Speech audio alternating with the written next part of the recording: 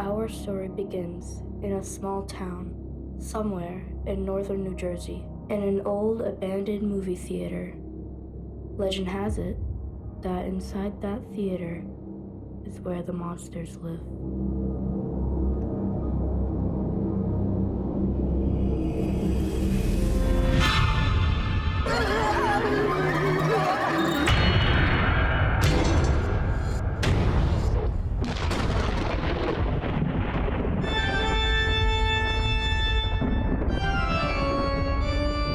This looks so cool, especially with the title screen. This is awesome. Hey, should we try to go inside? Heck yeah.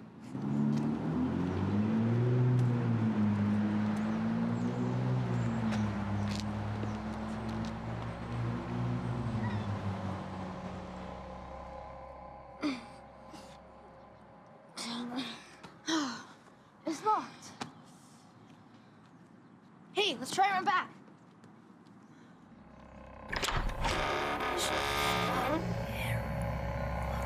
Hey, Cody! The door's open, come on!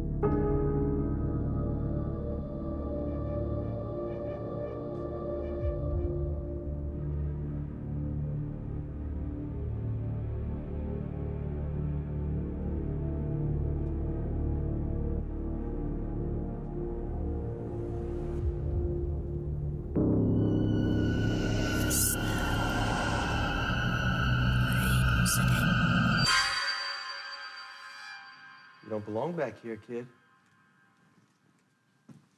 What's your name? Take it easy. I'm not gonna hurt you. Yeah, check this out.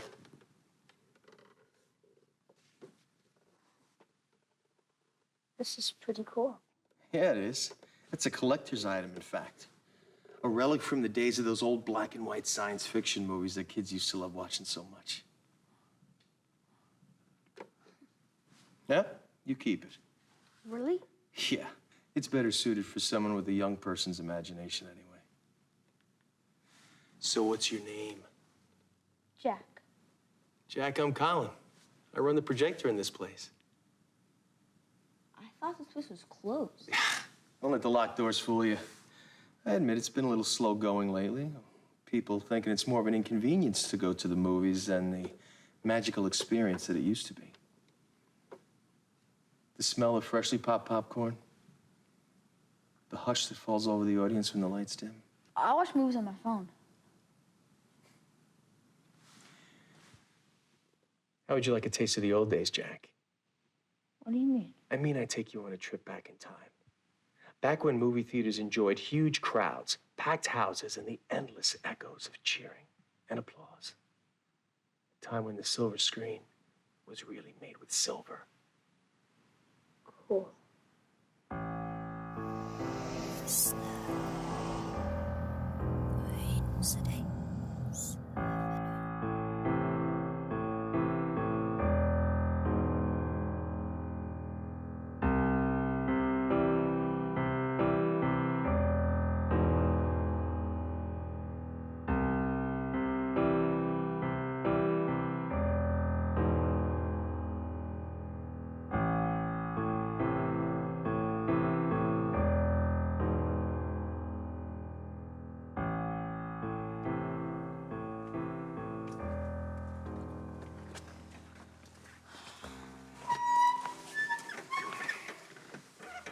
Hey, how about some popcorn? Wow, thanks. Didn't see that coming. And if you did, would you have tried to change anything? No. Of course not. It's too bad Dr. Serling didn't have you around to give him some advice. Maybe things would have ended differently for him.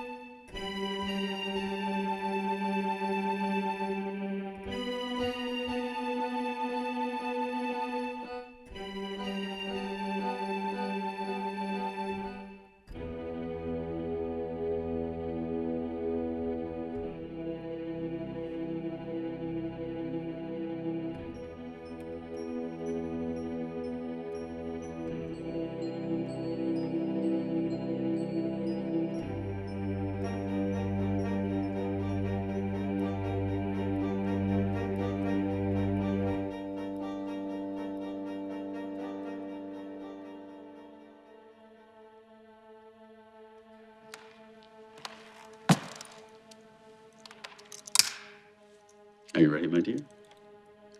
I'm ready, Dr. Serling. Consummate professional, aren't you, Miss Wells? Doctor, what you have achieved will change the course of human history, literally. Working with you these past 2 years has been incredibly inspiring for me. I'm in awe of you, actually. Miss Wells, I don't know what to say. Once I set the system, you'll feel a mild vibration in your head. Nothing alarming, but it'll be quite noticeable. If at any time you feel panic or discomfort, you can board the jump by using the switch on your armchair. I wouldn't allow you to do this if I didn't believe it was entirely safe. I would have taken the first trip myself, but I need to calibrate these instruments once they're activated. After that, the machine can be operated by anyone at the controls. I understand. Don't worry, Robert. I'm not afraid. Perhaps this isn't the right time, but you know how much you mean to me, Karen. This isn't the right time, Doctor. Why don't we continue this conversation upon my return? You're right. I'm only sending you 5 minutes into the future. Once you are there, you'll have approximately 20 seconds to make mental notes of how you feel and what you see before the device returns your consciousness back to our time. From my perspective, you wouldn't have been gone for more than an instant. You will return at almost the exact moment you've left. Good luck, Miss Wells.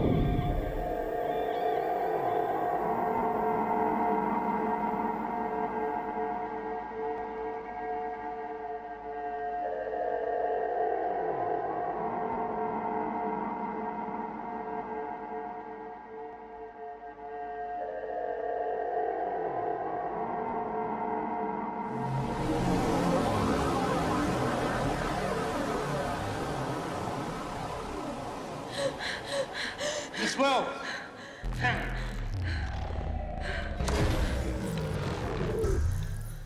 Are you all right? I'm all right, Robert. It worked. It worked?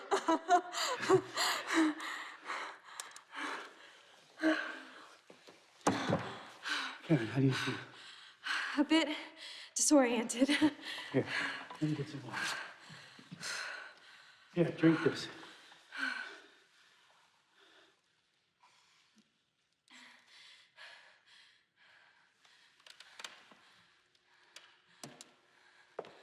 Robert, it was amazing.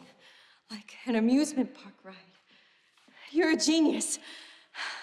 Karen, what did you see? What did you see, Karen? I saw us standing here.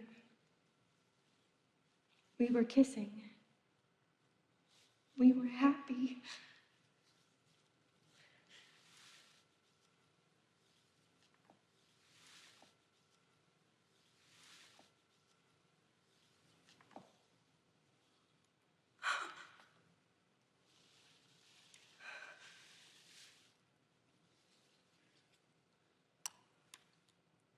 I've known how you felt about me for some time now, Robert.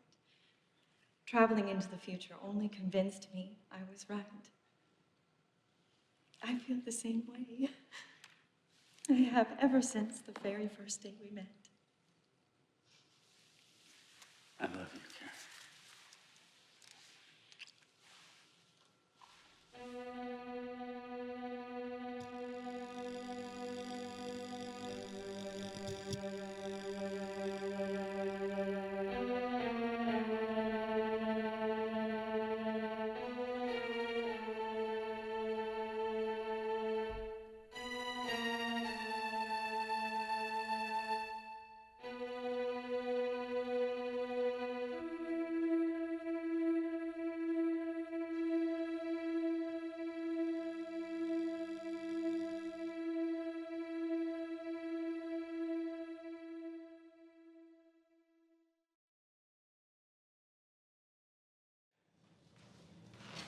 Karen? Yes, Robert? I thought you should know I received a call from Dr. King last night. He heard about the progress I've been making with the time invention, and I invited him over this afternoon. I know you two were once involved, and I didn't want to make you feel uncomfortable seeing him again. It's just that he's one of the brightest men I know, and I couldn't resist the opportunity to hear his analysis of my work. That's quite all right, Robert. I did love Stephen once, but that was long ago. We were both so young and I was quite impressionable.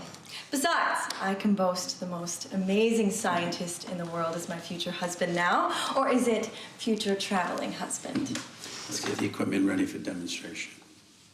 I think it's time I test out the machine myself.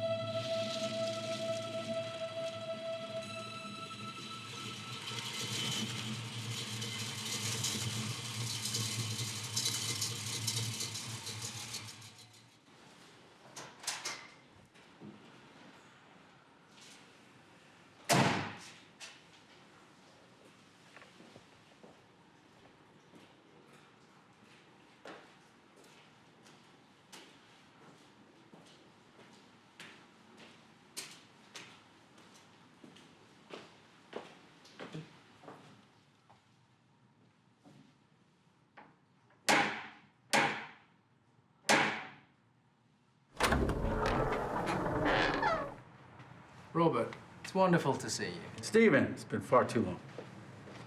I hear you've invented a time machine, old friend. Come in, please.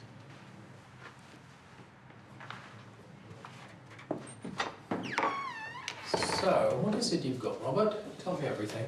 For years, my colleagues in the field have been experimenting in ways to bend time and space in a way that would allow the physical being to travel from one point to the next, pinching two ends of the fabric of reality together, creating a doorway. If successful, any man could step across the threshold and find himself in the future or in the past. However, I found this technique impossible to achieve. How can one simply defy all that is known and restructure the universe to our own design for our own purposes? No, I needed a new approach. Something science is more familiar with. The human brain. Instead of distorting the space around us, why not instead distort our perception of the space around us? Have you ever heard of astral projection, Stephen? Science has never been able to qualify the soul. With this formula and the assistance of a navigation machine I created, I can stimulate your consciousness to a point where the human form is no longer required. A state of being where your mind and essence are free to travel outside the barriers of the human host and into the deepest layers of reality, time, and space.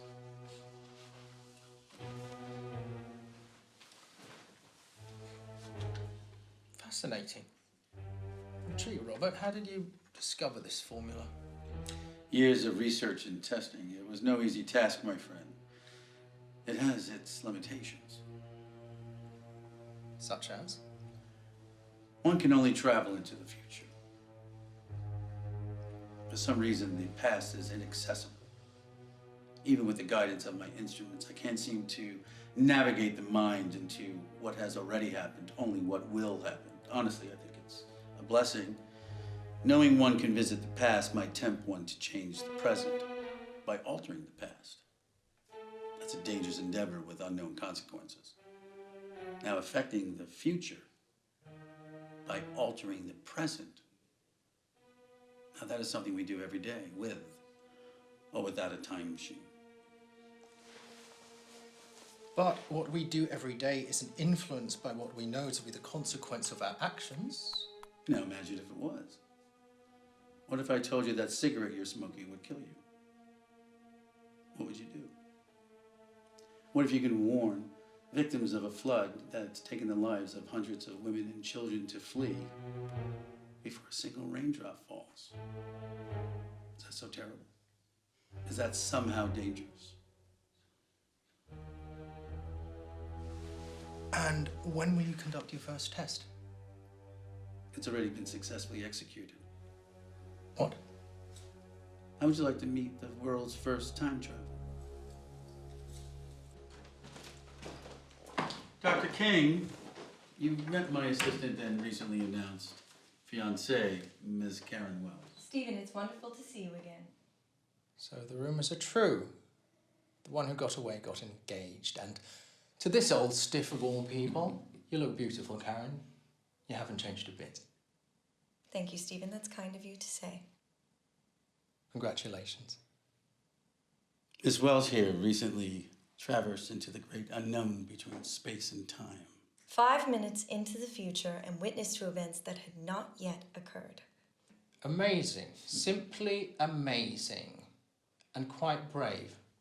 I had to calibrate the machine during the first jump. Mrs. Wells here helped me develop the project and knows the process is perfectly safe.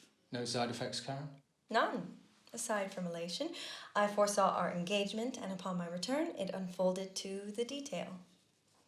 I see. You mean Robert proposed? I've never known him to be so bold. Stephen, let's not waste another minute. Soothsayer waits.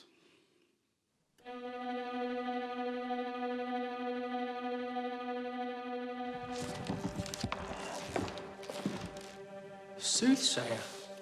I'm impressed, Doctor. Not yet, Stephen, but you will be. Miss Wells.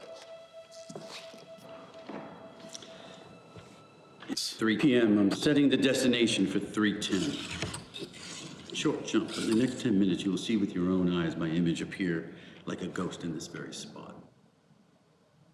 My journey will only last an instant. So following my return, I will stand with you and watch your jaw drop as my predictions come true. Godspeed, Robert. I won't be longer than a blink of an eye.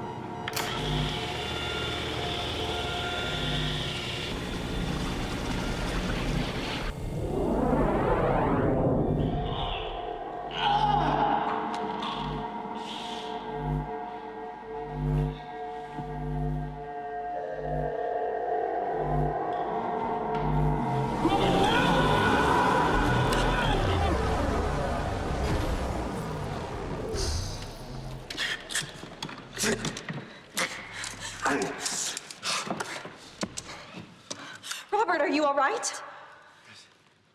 Yes. I'm fine, dear. God, Robert, you frightened us. Did it work? Yeah. Will you both excuse me for a moment? Of course. Are you sure you're... I only need a moment.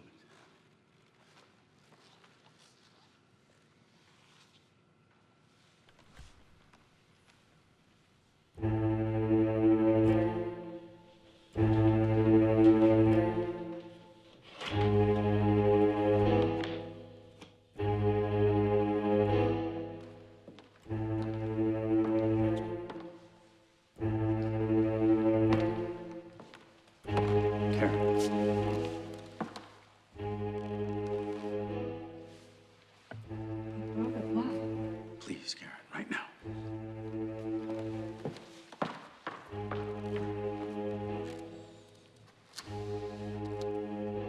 Robert, is everything okay? Stephen, what's your intentions here? My intentions? I'm here to see the result of your work. Is this about the jump? What did you see? What's your intentions with my fiancée? Rob, are you serious? Deathly serious. Rob? Karen, please tie Dr. King to the time chair. What's going on here, Robert? You're scaring me. For what I've seen, you should be scared. We should both be scared for our lives. Now, please, do as I ask. There's no time to waste.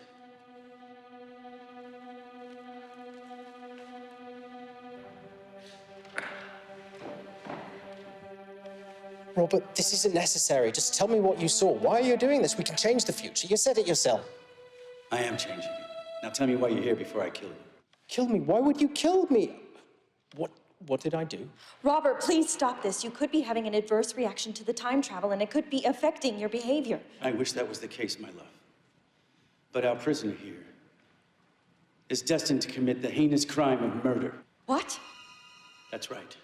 I can't divulge any further what I witnessed. But I am firm and confident that he is the antagonist. Robert, this is pure madness. You must see that. We've been friends for over 20 years. And you've been envious of me for 15 of them. Did you truly come here to bear witness to my success? Or were there ulterior motives? I want the truth this time, Stephen. You've got me, Robert. Always a little foolish, never a fool. I heard about your engagement, and I admit I was jealous. The news about your work on time travel sounded like your ego had gotten the better of you, so I never took it seriously. I just used it as an excuse to visit you. See, Karen, I was hoping she would remember what we once shared, what she means to me, what she has always meant to me. I never stopped loving you. knew your felicitations were less than sincere. Darling, I need you to tell me what you saw. Please. I wanted to spare you the grim details, my love. But if you must know, I saw you lying dead on the floor no more than a few feet from where we now stand. Murdered by a love-scorned madman who couldn't accept the fact that he lost your heart long ago. Perhaps it was a realization that my discovery would propel us to fame and fortune that drove his murderous rage. Or perhaps it was sometimes during our demonstration that a sinister intention took root into his black heart, maybe taking my research for his own and leaving no witnesses behind. But Robert, Dr. King is not that kind of man. I'm not, Robert. Damn it, man, I'm not! No man is a murderer until the day he commits murder. Can't you understand, Karen? I've seen it with my own eyes. The soothsayer showed me. It was all validated when I saw Dr. King here strangling me to death with his bare hands. A look of pure insanity painted across his face. My God, Stephen, why? Robert, this is insanity. I will not be subject to these accusations any longer. Please allow me to leave. I'm afraid not, Stephen. I have you right where I want you to be to ensure our safety. But are you really safe? If, in fact, you did see me murder you, then I am destined to do exactly just that. And despite your greatest efforts to prevent it, it will happen. You might be right, old friend. Perhaps it's best not to leave anything to chance.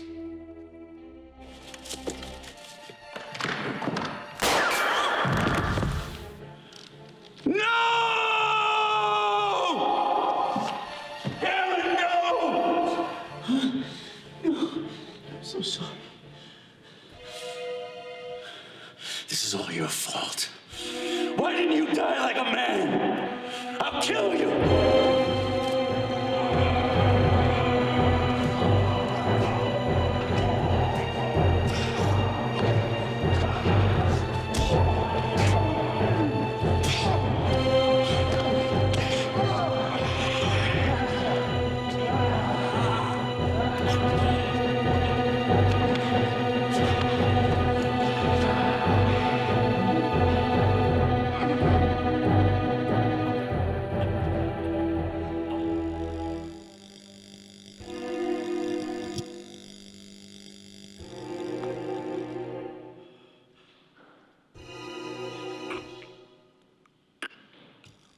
Robert, no!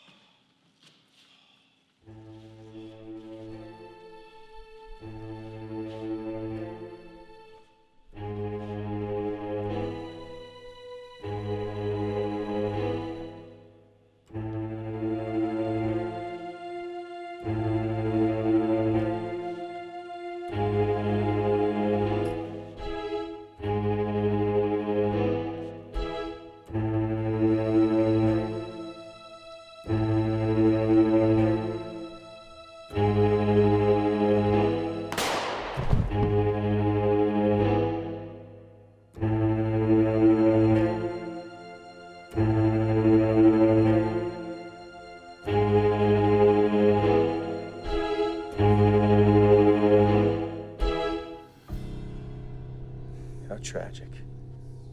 Why would he do that? Dr. Serling couldn't live with the consequences of his actions. When he tried to change the future that he saw, he unwittingly caused it to unfold. Or at At least that's what I think happened. Time travel stories always kind of confuse me. Now, in the case of one Scott Wills, he suffered the consequences of someone else's actions. Someone from his past. Now, does that sound fair to you, Jack? No. Yeah, me neither. But it makes for a damn good story.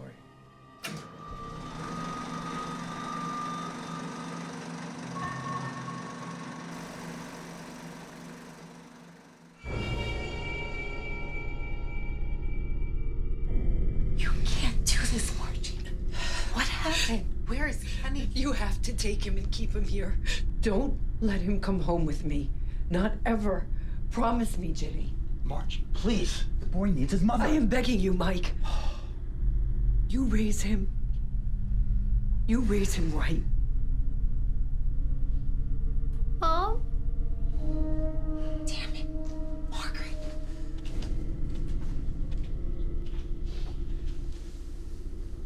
Scotty, I have to go now. You're gonna stay with your aunt and uncle for a while, okay? Why, Mom? Where's Dad?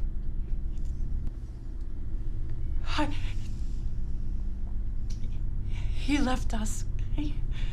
He's gone, baby. I can't explain it, but I love you, Scotty. I want to go home.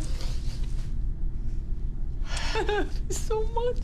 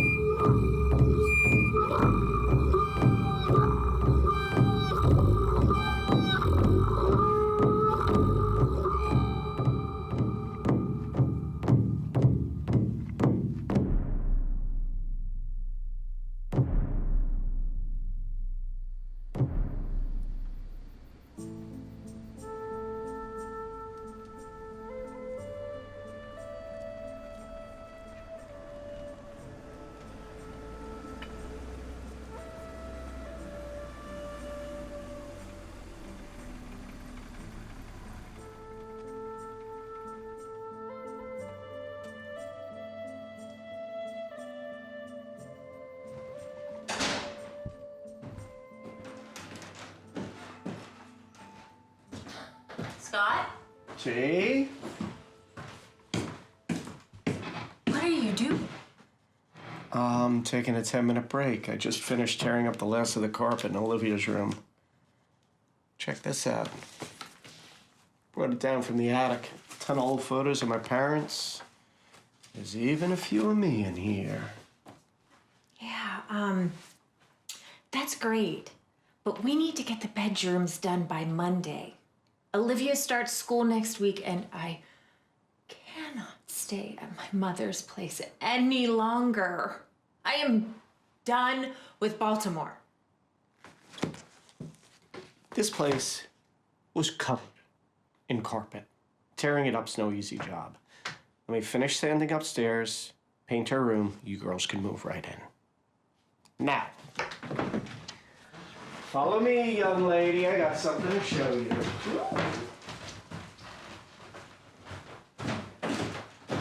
Upstairs. Upstairs? Upstairs. Come on.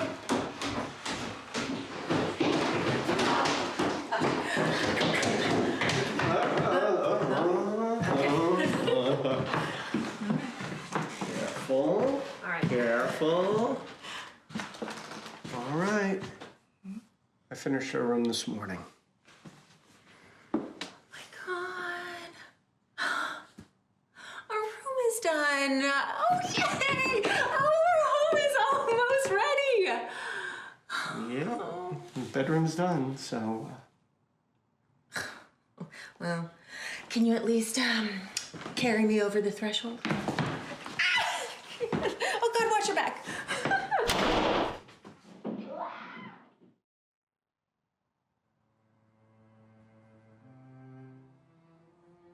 You need to talk to Olivia.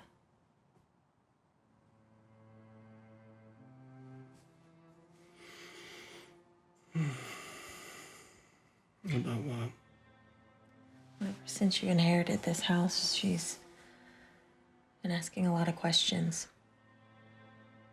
She wants to know why your mom never asked to visit. Or why you never talk about your father.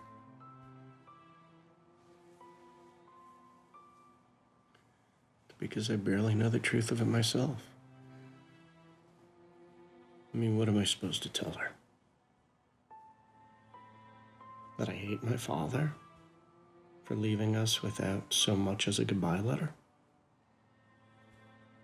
Or that my mother, in her infinite wisdom, decided that the solution to becoming a single parent was to abandon me with her sister and then live the rest of her life as a recluse? No, I wouldn't suggest that.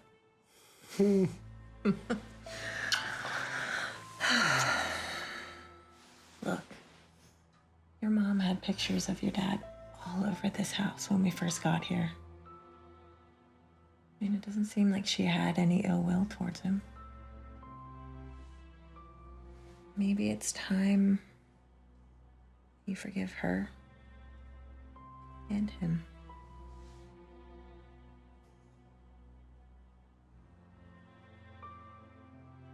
I forgave her a long time ago. I did.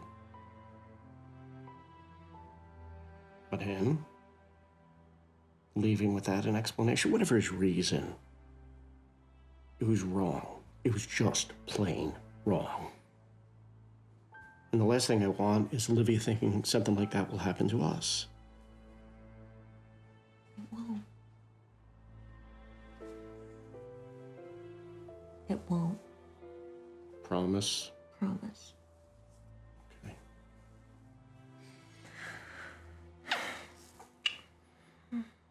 All right, well, if this place is gonna be ready, I have to get back to work. You go home, tell your mother you're all grown up and ready to move out on your own. Oh. All right. Just, I'm gonna lay here. Yes. 5 more minutes. Okay. All right. Good luck.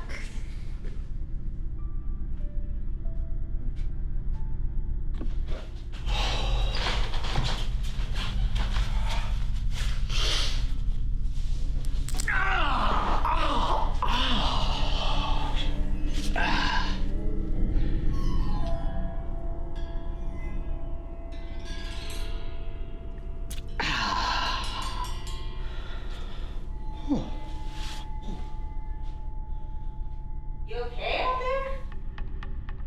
Yeah, I just got a splinter.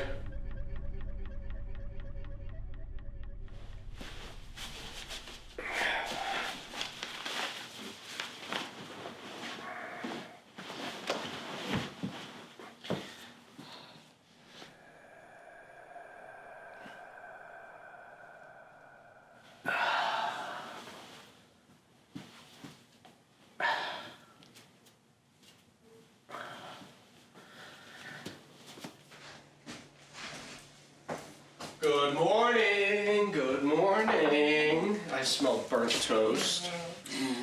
The burnt omelet is almost ready too. Wonderful. Hey, Liv. Hey. So how was the first night in our new house? Oh, amazing. Really? Come on, kid, I put a lot of work into that room. Olivia, your father suffered a devastating injury getting that room ready for you. This is hilarious. I can't believe it. You, school, now. Wow, Dad just kicked me out. Okay, fine. Bye. Bye. Have a lovely day. Mwah.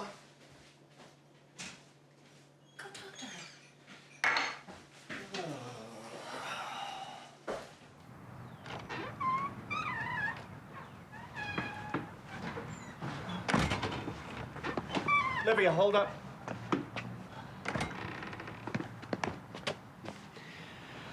Your mom says you've got some questions about this place, about my parents. Something bothering you? No. I don't know.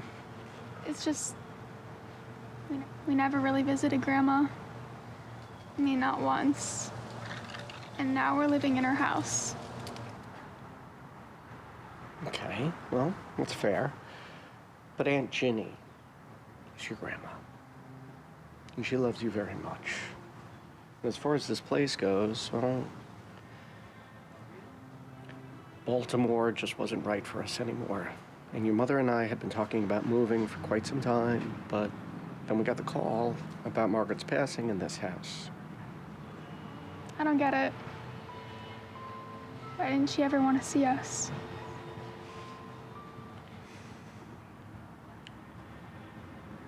My mother wasn't well. Okay? She barely left the house. She kept to herself mostly. I remember once when I was a little boy, I was much, much younger than you. And I asked Aunt Ginny and Uncle Mike, why doesn't Mom raise me herself? Why doesn't she love me enough to raise me herself? And they said, no, your mother loves you very much, but sometimes when you lose someone, the child that you share can be a painful reminder of that heartache. And for some people, like my mother, it was just too much to bear. So, your father leaves her, and she's so bummed out she leaves you. That doesn't make any sense.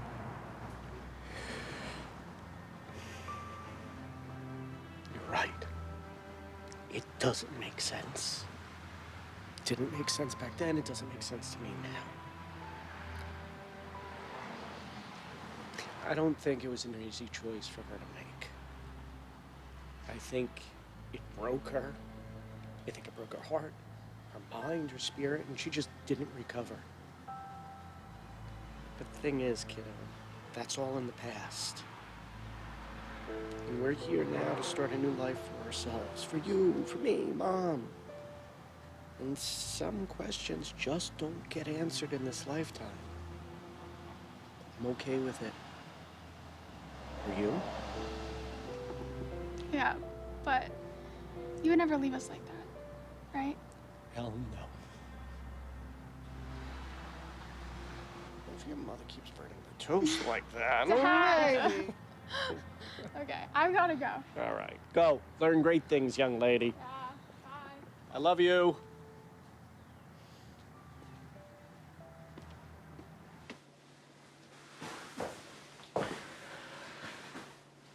Livia's good. She gets it. But all kidding aside, this thing is really starting to hurt. There's still a small piece of the splinter stuck in my foot. I tried to get it out this morning with a sewing needle, and it's just in too deep. And now everything's starting to swell and get stiff. Well, I told you, tough guy. Go to the doctor. For a splinter, really? Well, you could always wait until it's too late and have it amputated. All right. All right already. I've got to swing by the storage unit anyway. I'll stop by Dr. Graves' office, see if he could squeeze me in and take a look. Fair? Fair. All right. I gotta go. Have a great day. Love you. Love you too.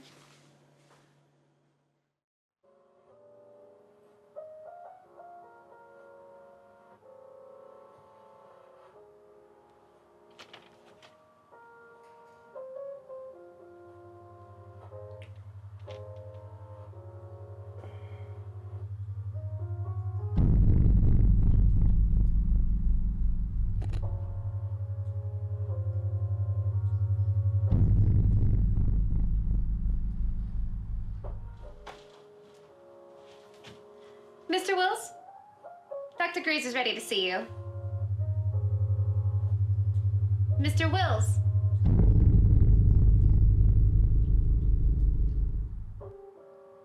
Mr. Wills. Mr. Wills.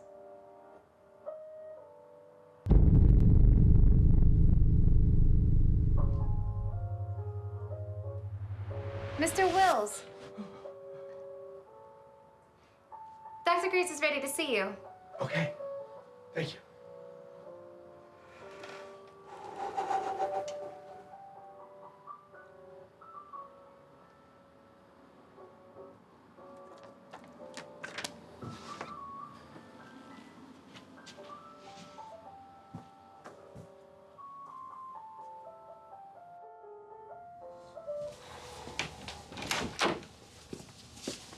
Oh, good afternoon, Scott. How's the move going? Slow and steady, but thankfully, the place is coming along nicely. Oh, that's good. I'm sorry to lose a patient, but best of luck in your new home. Thank you. So what's ailing you today? I'm actually a little embarrassed to say because it's so minor, but I have this splinter in my foot and... Oh, nothing to be embarrassed about, Scott. Better to have it looked at than risk infection. Please remove your shoe and sock. Let's take a look.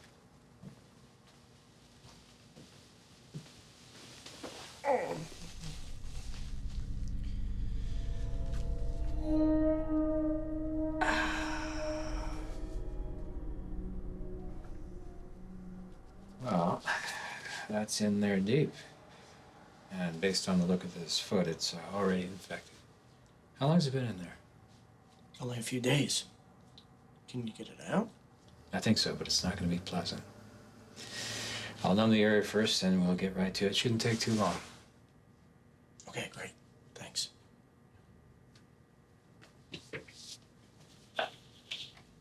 Christine, can you come here a minute, please?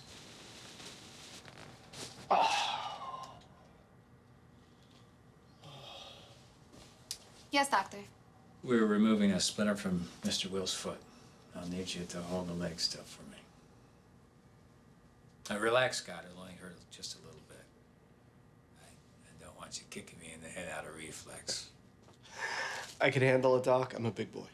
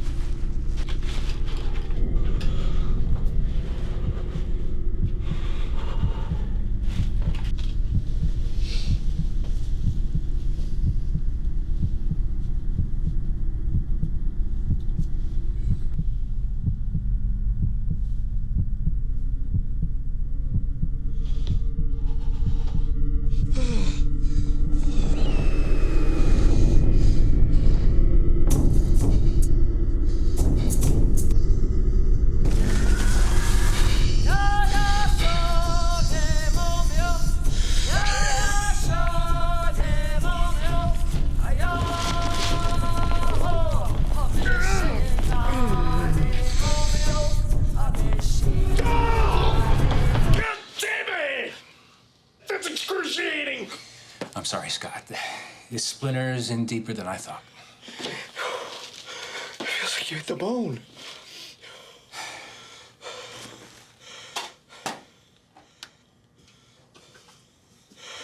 Scott, I've got some bad news.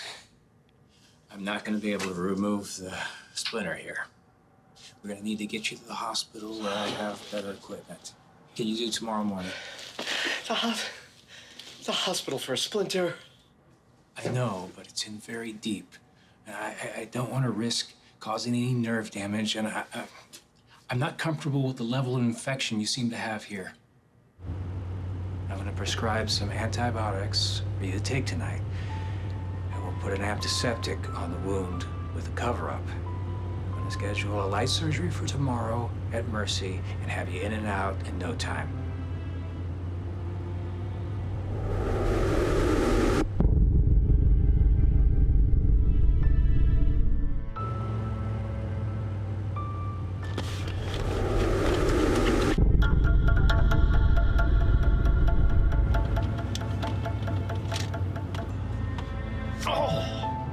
going on with me. Just breathe.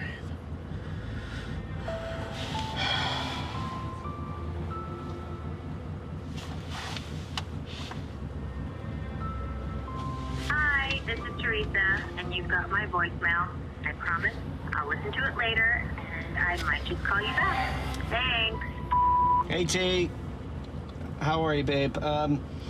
Just got out of the doctor's office. I'll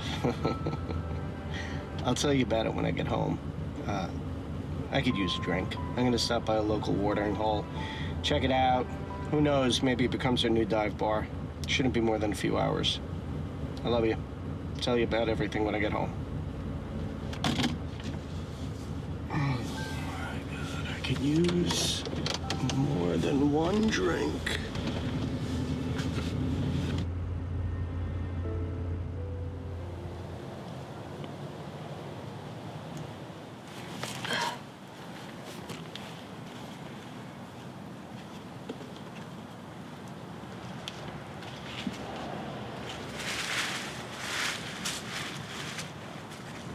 Hey, you must be the new neighbor. Hi. Yeah. I'm Teresa Wills. Solomon. Nice to meet you, Teresa. Same. So, Wills, huh? I guess you're related to Margaret?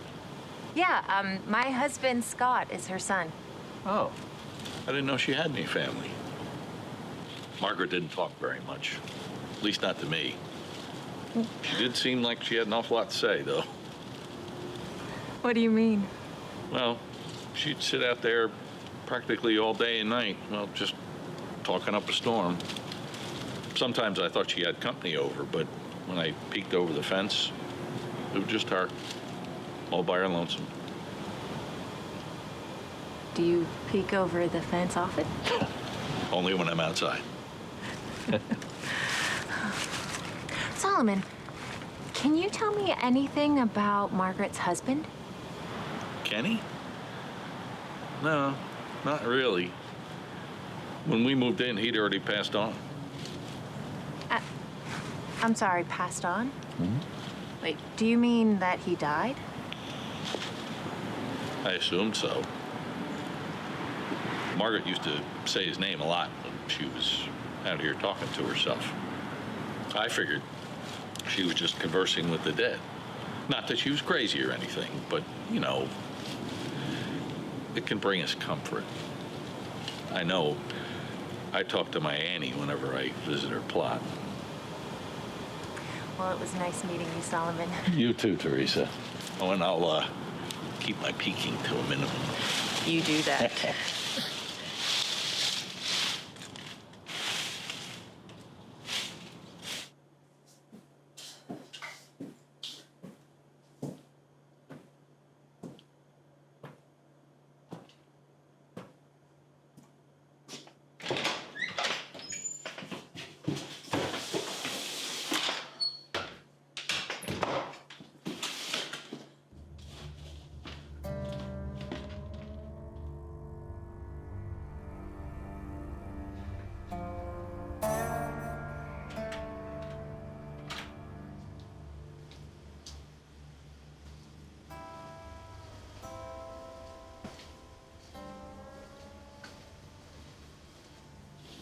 Howdy.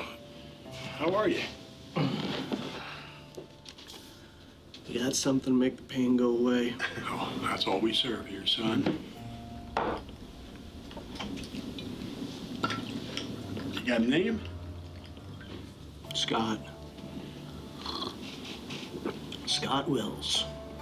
Wills? You wouldn't happen to be related to Margaret Wills, would you? I'm her only son. So sorry to hear of her passing. She was quite well known in this town.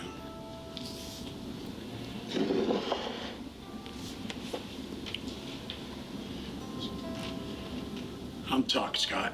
Nice to make your acquaintance. Pleasure, Tuck. How come I haven't seen you before?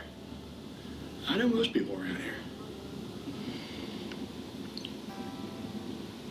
I actually grew up in Maryland with my aunt and uncle. My wife and daughter and myself, we just moved back to town. Well, welcome home.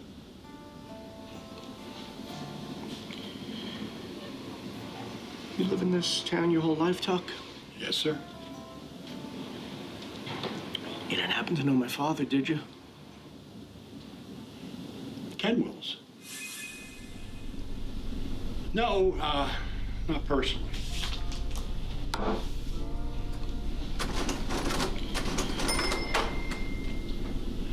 There was a time, though, that he ran things around this town. A lot of people admired that man. Made his fair share of enemies, too. Really? Shinkeke. Shut up, Lenny. Nelache. Nelache neontang.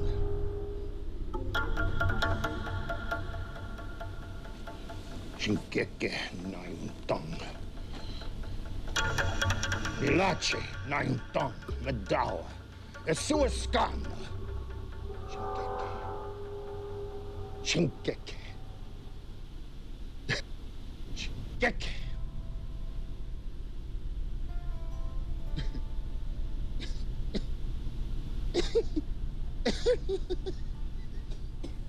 What did he just say?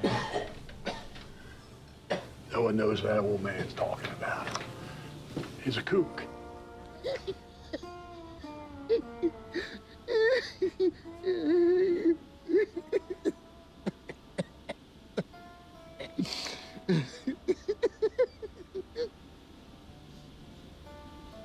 Where's your bathroom, Tuck? Down there on the end.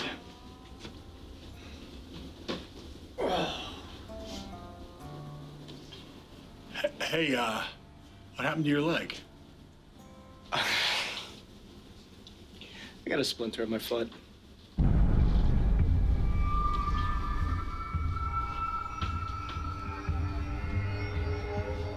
You know, you should just cut it right off. My foot. Christ, Doc, you're starting to sound like my wife. That's a good one.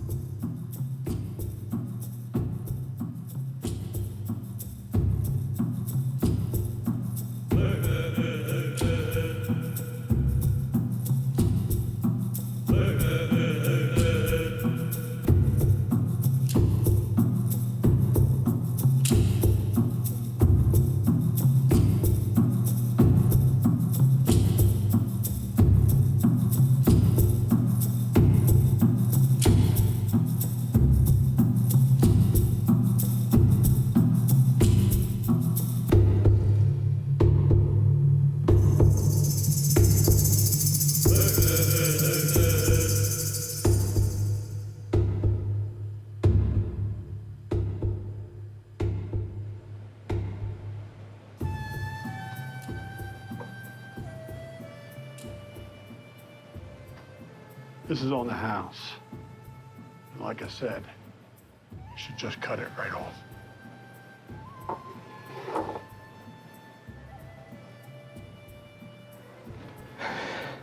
Thank you for the drink. I have to go home.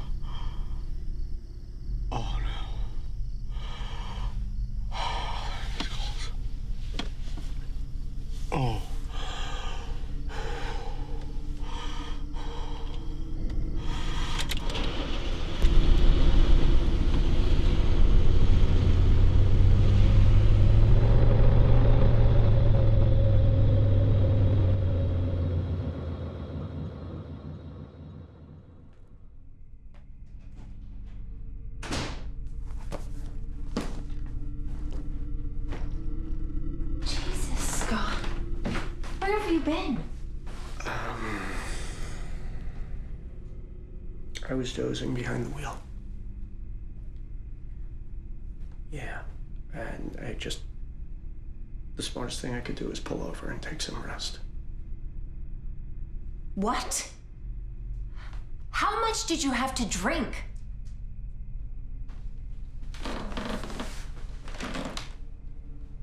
Where's Livia? Well, she's in her room, on her phone, of course.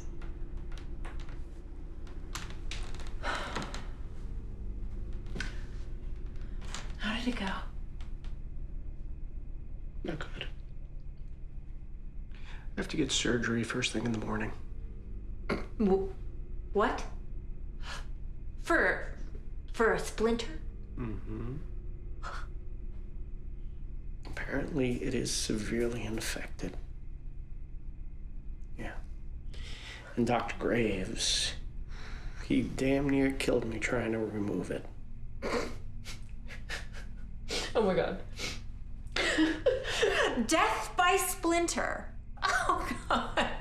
Oh, that'll be a first. Oh, that's hilarious. Oh, this thing is really killing me. Oh. I'm sorry,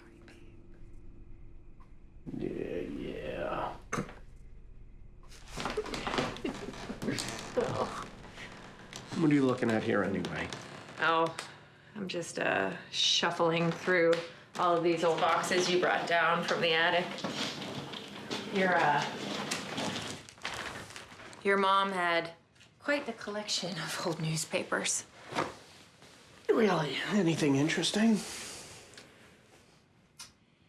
Well, I did find something, but I hesitate to show you. Why?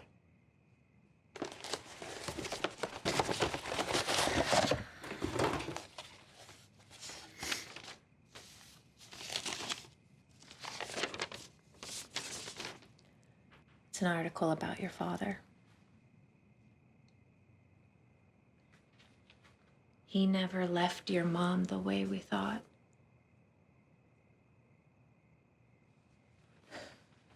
He went missing.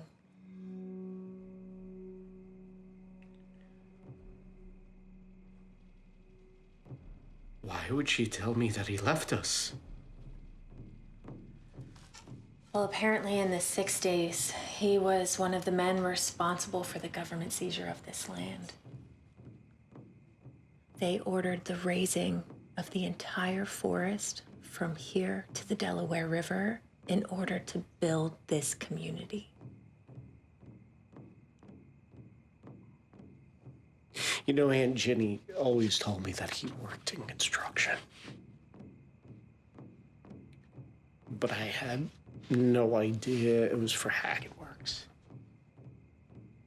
They're one of the largest developers in the world. Not only that, the Lenape, they staged a huge protest because the forest was on sacred land. They believed the souls of their ancestors resided in the woods. The project was an affront to the people, and things got ugly really fast. The police tried to disperse the crowds rather violently because they tried to block the bulldozers and the tree cutters from coming in. The leader of the tribe, a shaman named Kion Deshawa, was heard shouting over and over in his native tongue at the crew, and he refused to budge from the path. He was hit and killed by a truck that didn't brake for him. His people believed he cursed anyone responsible for the destruction of the land.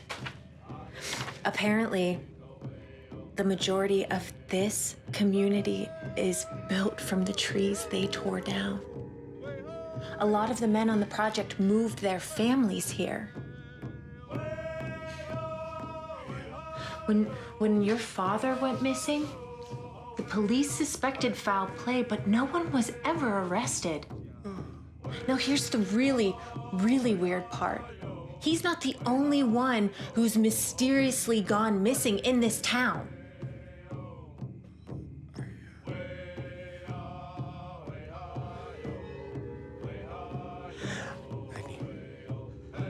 I need to get some rest. Hon, are you okay? I'm sorry. I didn't mean to spring this on you. It's not you. It's just a lot to take in. If this is true, then I've been lied to. I always thought my father was just a deadbeat. And now I come to learn that he was either partially or fully responsible for an atrocity in this town's history.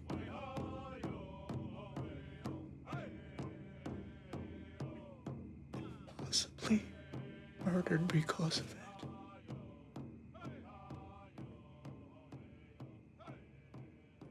It is just a lot to take in.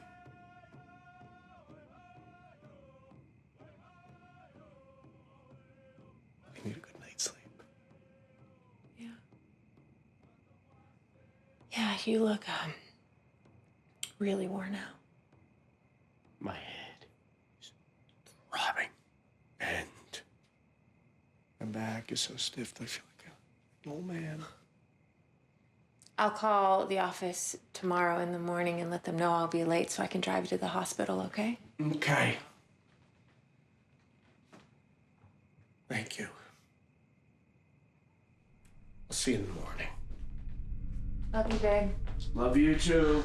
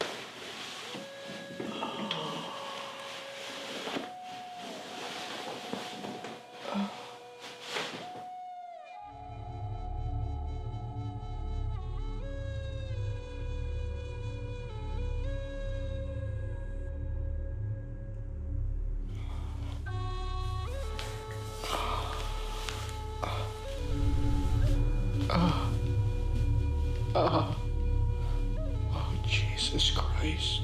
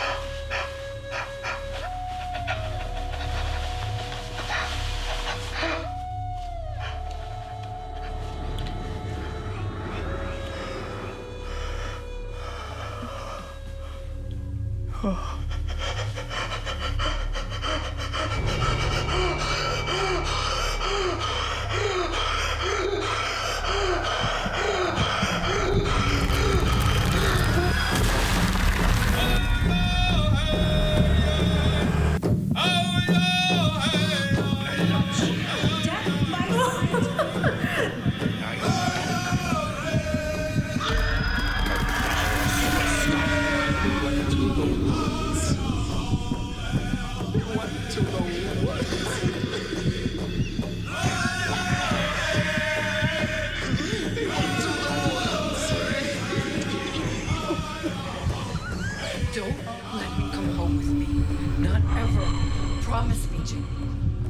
I can't explain it. I can't explain it.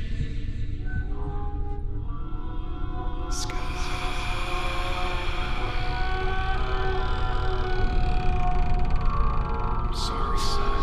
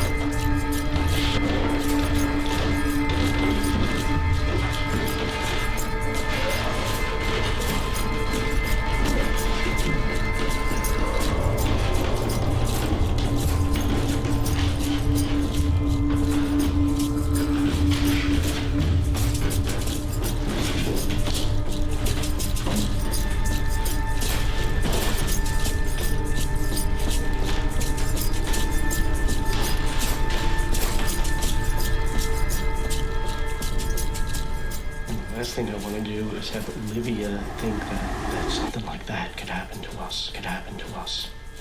It won't.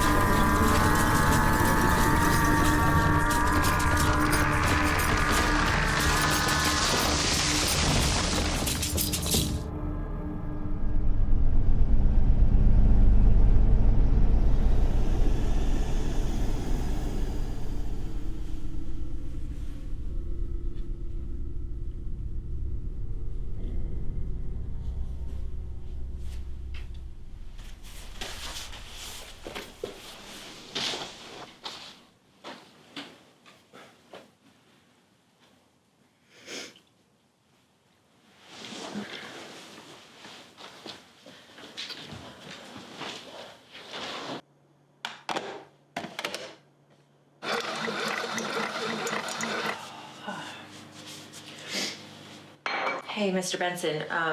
This is Teresa Wills. I'm gonna be a little late today. I have to take my husband to the hospital for emergency surgery. Yeah, I think it'll be fine. I'll still have my phone on me so you guys can reach me if you need me, okay? All right, I'll see you in a little bit.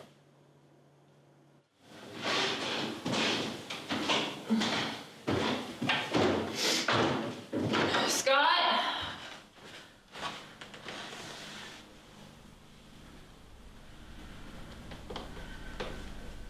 Scott? Liv, have you seen your dad? Oh. All right, kid, you gotta get up. You're gonna be late for school, and I have to take Dad to the hospital. What?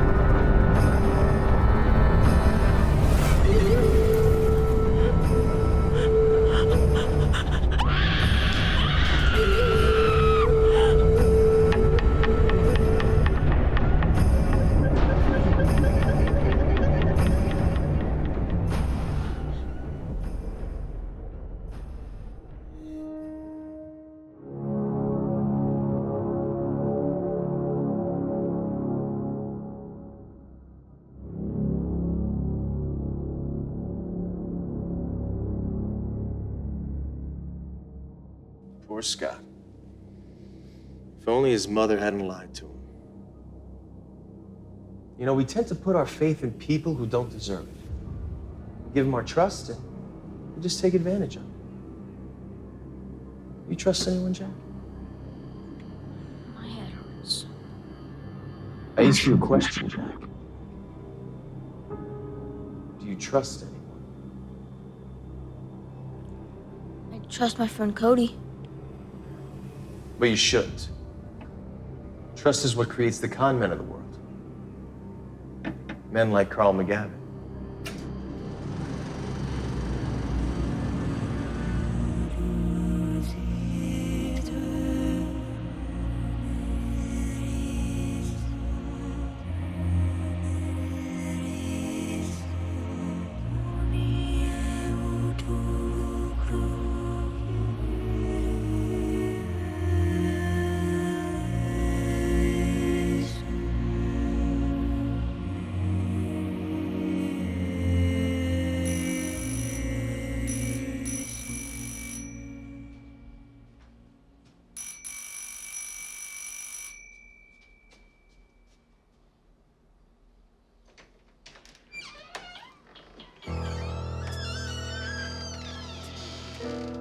Mr. McGavin?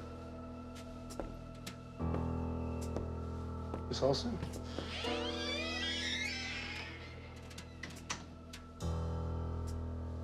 Please, come inside.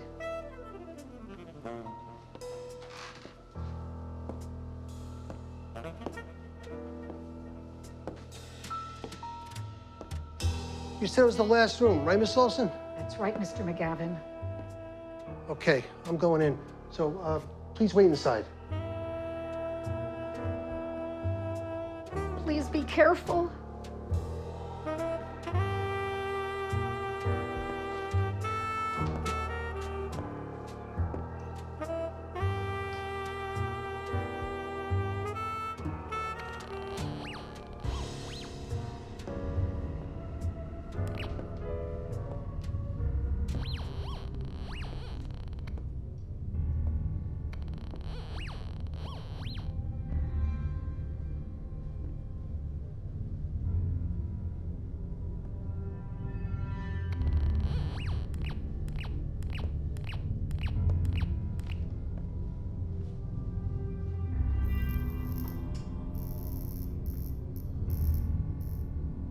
Do you see? It's just like I told you. I see, dear, but Miss Olson, please wait inside. Sometimes these entities demonstrate a particular aggressiveness towards the owner of the home. I need to handle this alone. But what could I have done to make it angry? I don't know, dear, but please wait inside.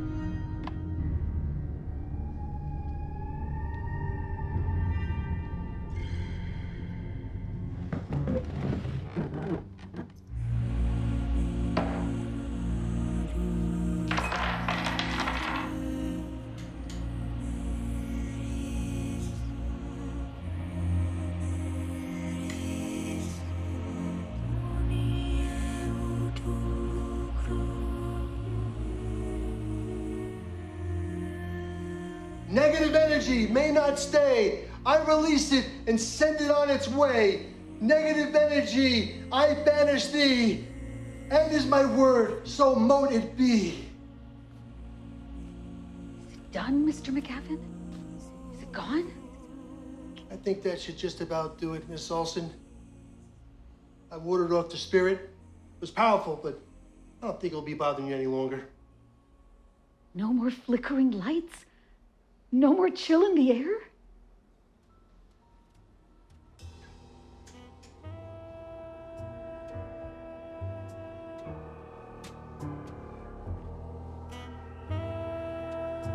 Any chill in the air, young lady? None. It's gone. Oh, thank you so much, Mr. McGavin. Now, you're going to need to have a strong faith so that spirit doesn't get any ideas about returning. No need to worry about that. I'm a lifelong Christian. God bless you, Miss Olson. Now, if I could just collect my fee, there's some other houses that need cleansing and protection from some dark forces. Of course. You are a brave man, Mr. McGavin. Doing the Lord's work is something you should be very proud of. It was $800, you say? Yes, ma'am.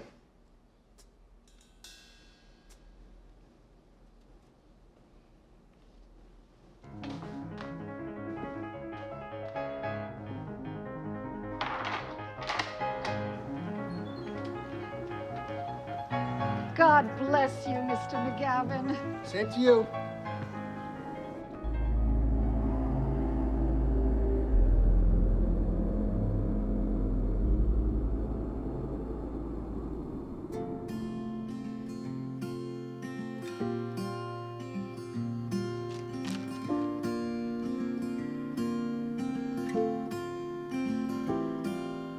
Darling, I know it's you I'll follow. across oceans and mountains unknown. I think back to when the night we first met. The cold air was pulling us close. Oh, oh, oh, it's a light that drove me.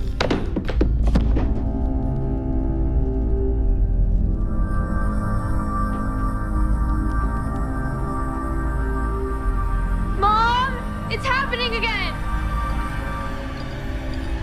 Carolyn? Come here, baby. Are you okay?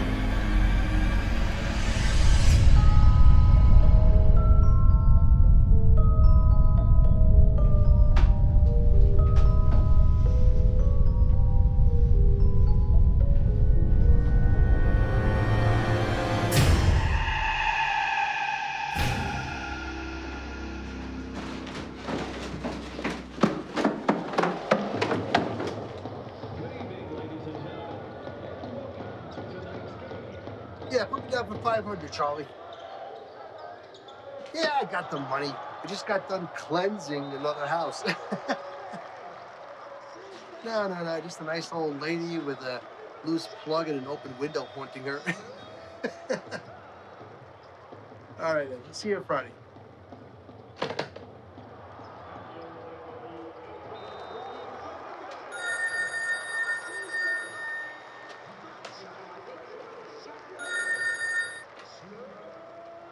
McGavin Paranormal Investigations, LLC. How can I help you? Mr. McGavin, my name is Heather Freeling. I got your number from a newspaper ad. I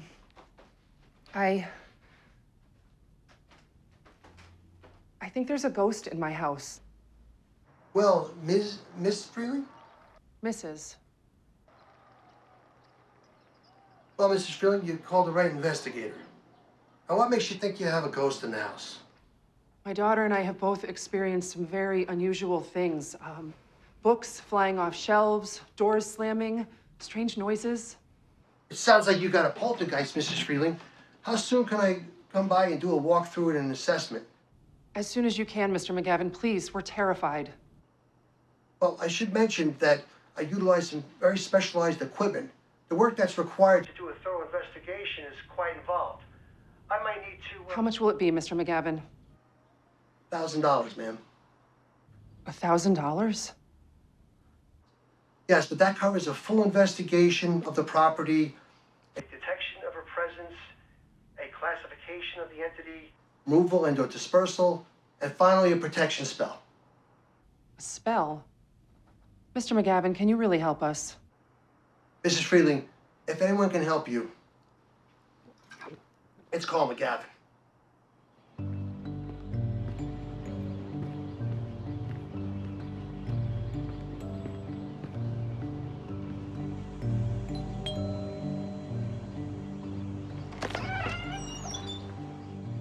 Mrs. Freeling? Mr. McGavin, please come in.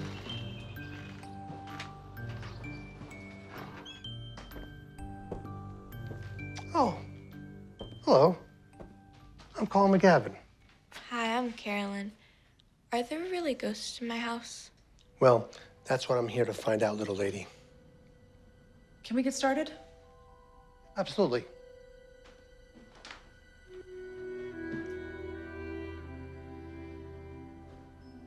How long have you been experiencing these strange types of occurrences, Mrs. Freeling? It's been about 3 months now. It started a few weeks after we buried my husband. Oh, my sincere condolences. Thank you. Harry's death was a shock, and it's been especially hard on Carolyn losing her father. She was in the car with him during the crash. They were very close. These unexplained events have only exacerbated the situation. She's been incredibly stressed. We both have. Well, these kinds of visits immediately following the death of a loved one are commonplace when the family refuses to let go of those memories. Wait. Are you suggesting this is my late husband haunting us? He loved his family dearly. Why would he frighten us this way? I'm not suggesting anything, Mrs. Freeling. You know, forget that I even mentioned it. Where did the paranormal activity occur? Most recently was in Carolyn's bedroom. Before that, it happened in here and once in the kitchen. Every time, Carolyn seems to be the focus of the attacks. I'll start in the kitchen. Heather, do you mind if I call you Heather? It might be best if you and Carolyn wait outside. If this spirit is after her, I'd rather go in alone. You know, for your safety and hers. I've seen some entities get very aggressive when I begin the removal process. We'll wait on the porch.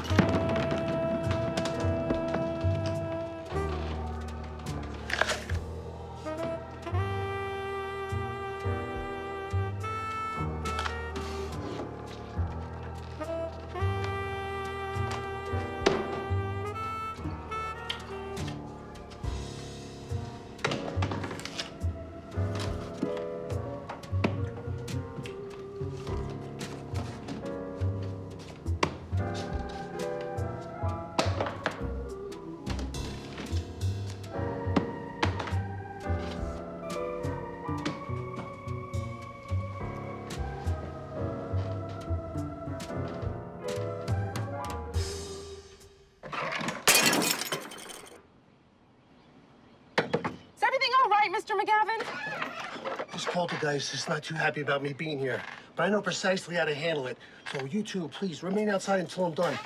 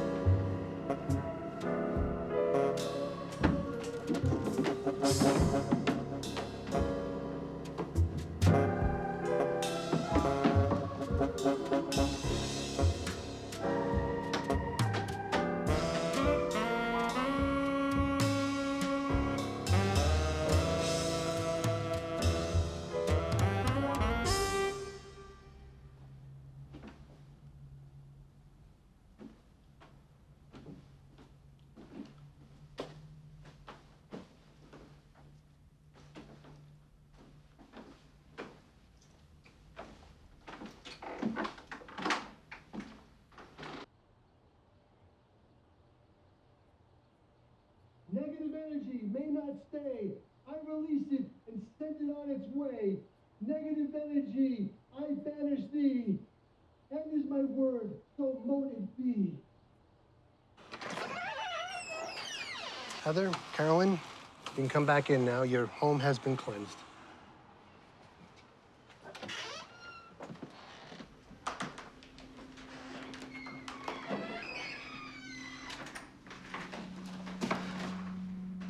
My mother's lamp! I'm sorry, ma'am. Your unwanted guest tried desperately to frighten me off and hold on to your home. But what it didn't anticipate was someone who knows how to handle these particular types of home invasions. How can you be sure it's gone for good? Well, ma'am, I utilize the full force of the Holy Spirit, along with these protective crystals, a smug stick or two, some hoodoo candles. The final protection spell helps to close the door on any possible return. But here's the most important part. You need to let go of the grief of your husband's passing. What? But it's only been a few months. I understand, ma'am, but sometimes holding on to those painful memories manifests visitation from the recently deceased. I'm not saying it's him, but what I'm saying is maybe it's time that you move on. Mr. McGavin, whatever you think this is, I thank you. But I will not be forgetting my husband so soon, and neither will Carolyn. Here's your check.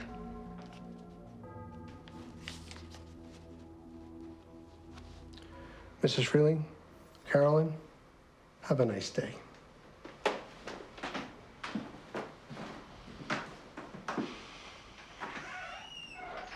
Everything's gonna be all right now, honey. Mr. McGavin said the spirit is gone. Can you help me get things cleaned up? Sure.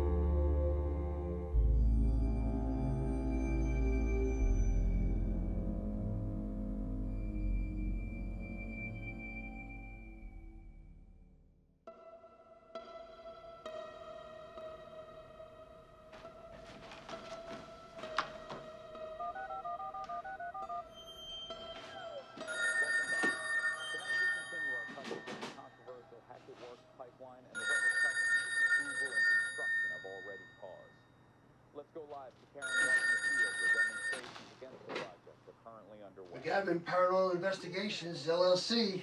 Mr. McGavin, it's Heather Freeling. It's happening again, worse than before. I thought you said it was gone. Now, Mrs. Freeling, I told you what might happen if you refuse to let go of your grief. Your husband is tormenting you because you will not move on. That's just it. I did what you suggested. For the first time since he passed, I started packing away his things. That's when it returned with a fury. Well, I'm sorry, Mrs. Freeling. There are no refunds. But if you'd like to schedule another appointment, I can do a more intensive examination of the premises for an additional $1,200. We can't afford another dime, Mr. McGavin. We asked for your help, and now we're scared for our lives. Mrs. Freeling, I did what I could do for you. Now you're gonna have to come to the realization that there are no such things as ghosts.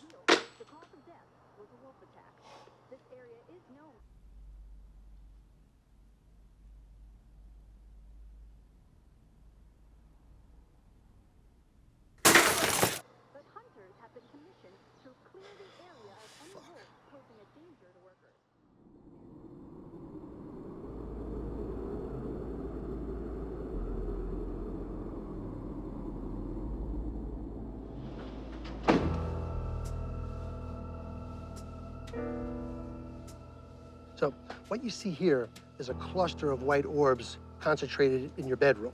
Good news is white orbs are a positive energy.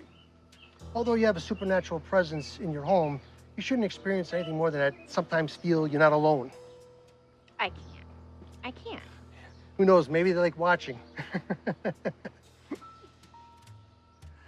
Is there anything you could do to get rid of them? There sure is. If you'd like to schedule a cleansing, please check out our package deals in our brochure. I'd be more than happy to go through each service and what it means to your paranormal security. Hey, excuse me, I have to take this. Danny, could you please go over the cleansing packages with these folks? Sure. All right, guys. McGavin Paranormal Investigations Incorporated, how can I help you? Hello, Mr. McGavin. My name is Charlene McGee. I was told you could help me with a haunting problem. Yes, Mrs.? It's a Mrs.? Miss. Is McGee. Yes, I could schedule our team for an assessment. Actually, Mr. McGavin, I was hoping it would only be you. I don't do these investigations alone anymore, Ms. McGee. It's just too much gear and... I'll pay you $2,000, cash. $1,000. What's your address? Okay. All right. Got it. I can get there in an hour.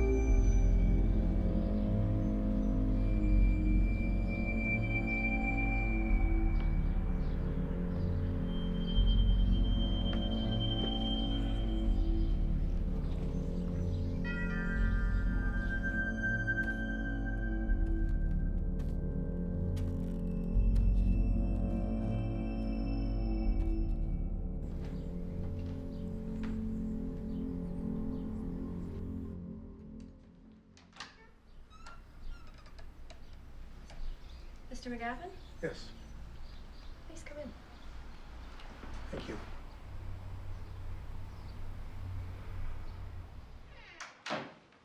You wouldn't happen to have any coffee brewing, would you, Miss McGee? I'm afraid not. Could we just get on with this, please? It's been an awful experience, and I'd really like it over as soon as possible. Sure. Tell me a little bit about what you've been experiencing. Very unusual things. Books flying off the shelves, doors slamming, strange noises. Classic poltergeist haunting. You mind if I take a look around? Not at all.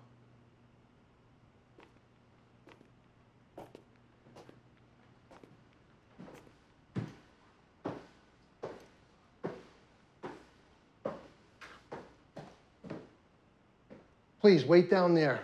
Sometimes these things become a little aggressive when you begin the removal process? Yes. Exactly.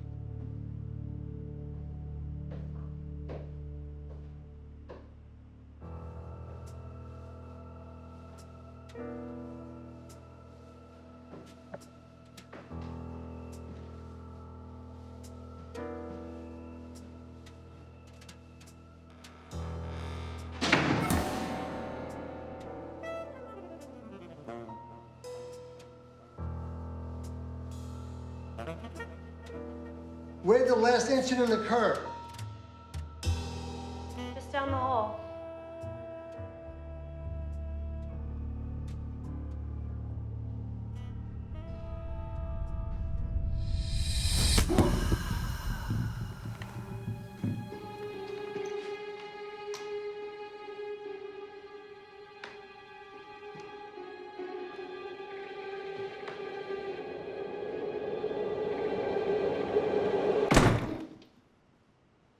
You see Mr. McGavin?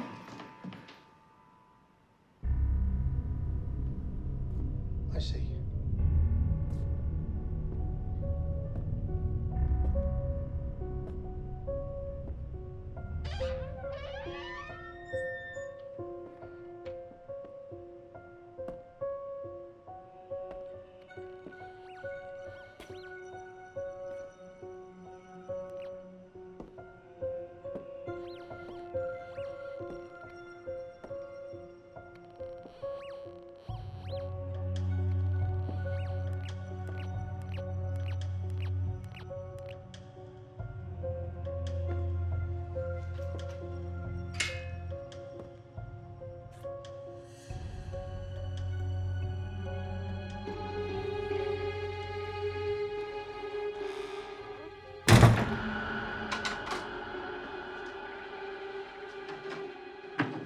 Miss McGee! Miss McGee, open the door! Come on, Miss McGee! Let me out! Miss McGee!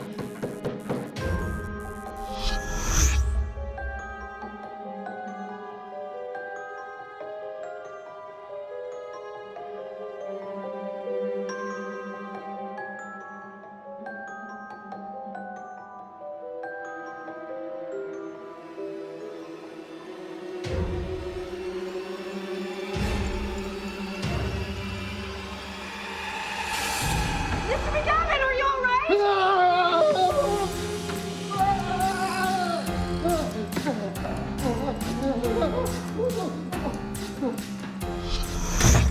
Let me out!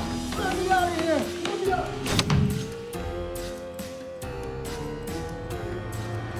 Mr. McGavin, do something! I don't know what to do! What do you mean you don't know what to do? I don't know. I've never seen anything like this. I don't know. Do you mean there are no such things as ghosts?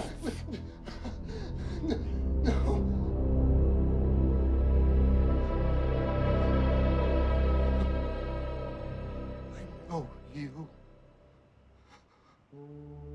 My name is Carolyn Freeling. You came to my home 10 years ago. You broke a few things, took my mother's money, and told her to forget about my dead father. A truly professional service, Mr. McGavin. What is this?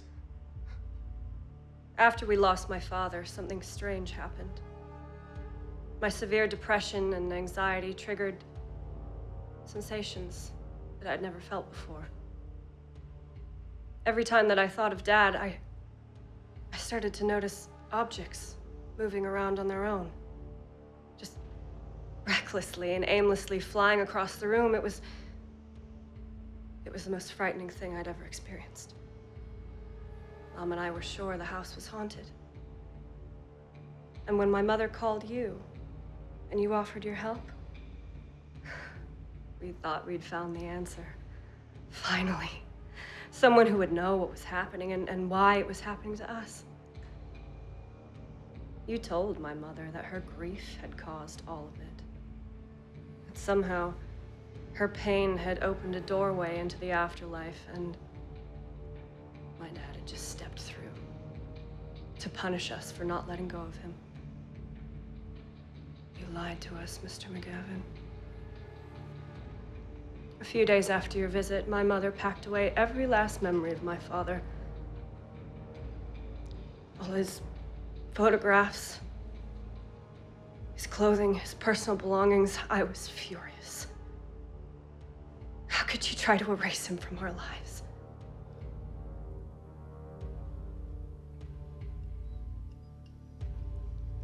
Carolyn, I'm sorry.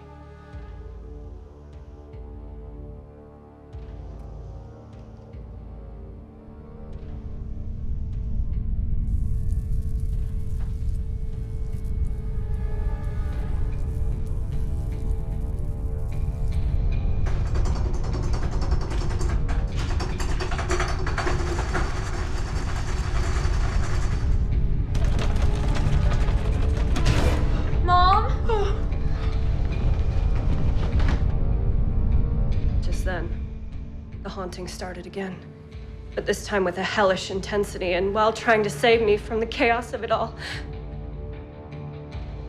my mother was crushed under the weight of a falling bookcase. There are no such things as ghosts!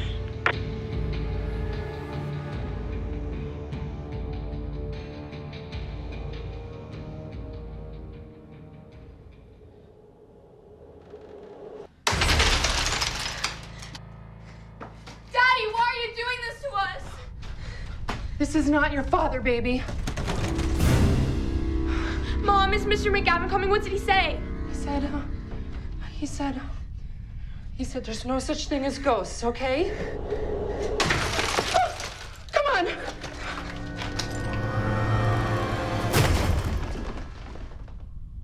Mom?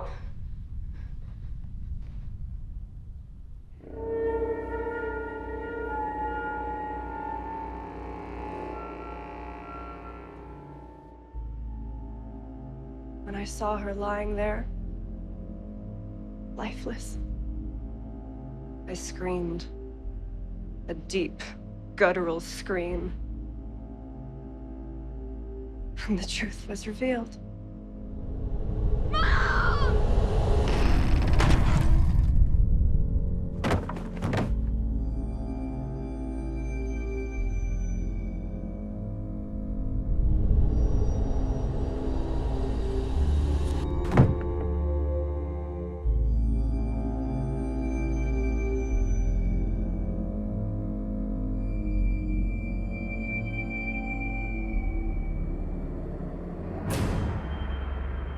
I'm a telekinetic, Mr. McGavin. Everything that happened was because my emotions were controlling my power. How we had no idea. How could we? My mother trusted you. She believed in you. But you treated us like just another con job.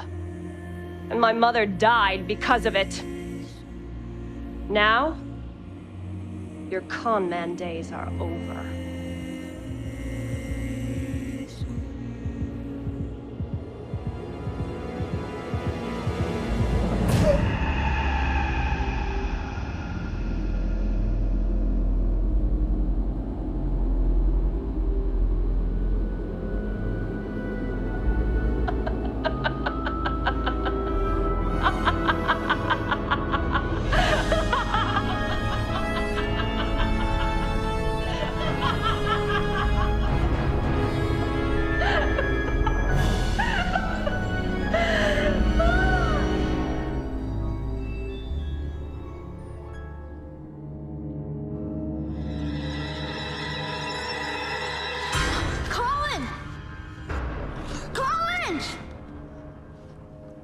What is it, Jack?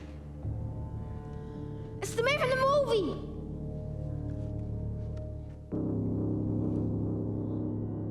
I need to go home. Now, Jack. There's still one more short story to watch. And this theater is so close to feeling like its old self again. Besides, this next short is all about your little friend right there. And you just might recognize the star of the film.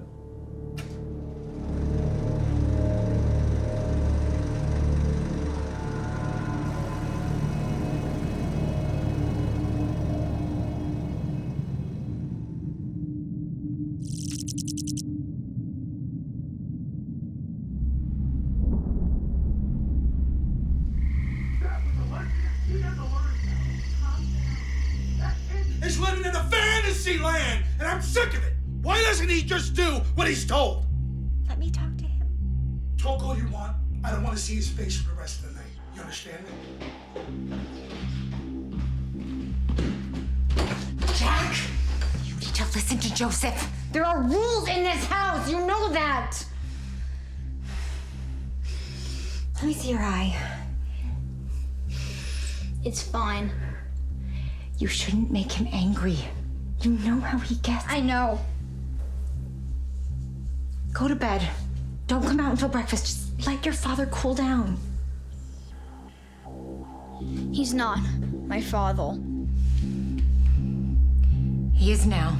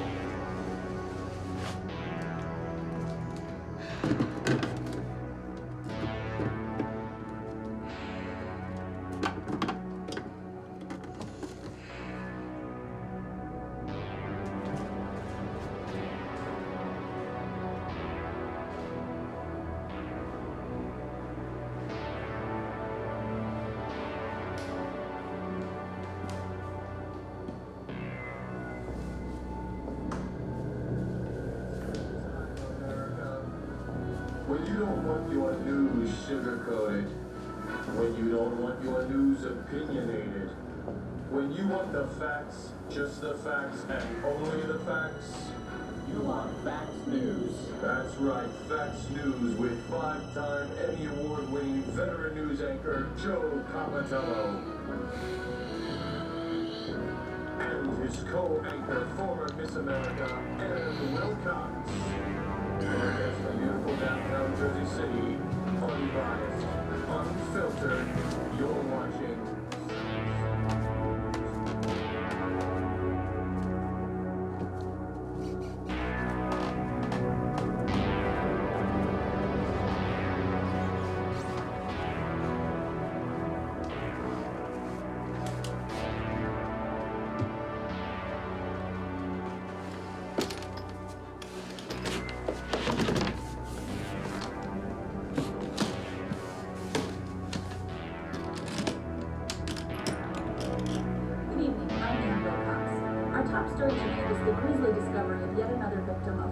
In Jersey City.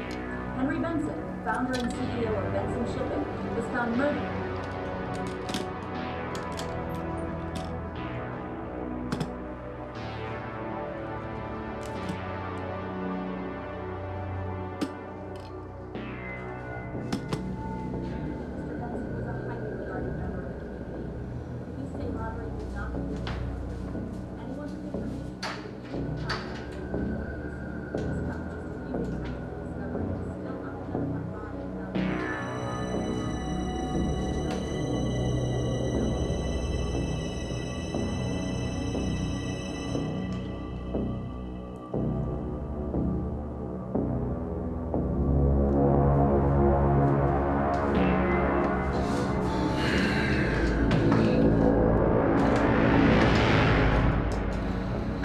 Didn't your mother tell you to stay out of my sight until tomorrow? Yes. Yeah, here you stand. Troublemaker. Just looking for trouble. Come here!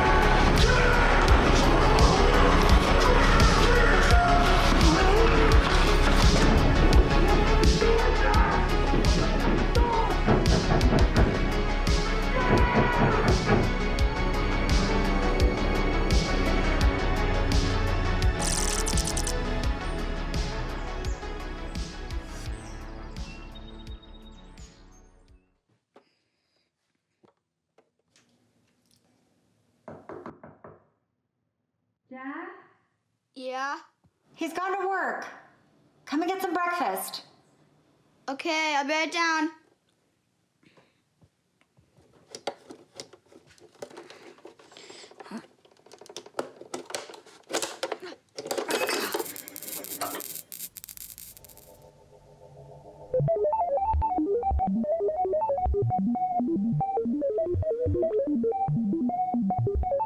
You're walking.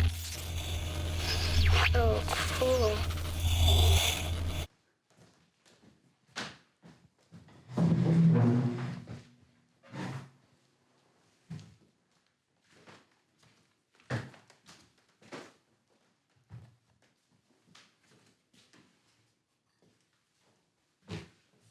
You know, Jack, when your father died, I was in shock.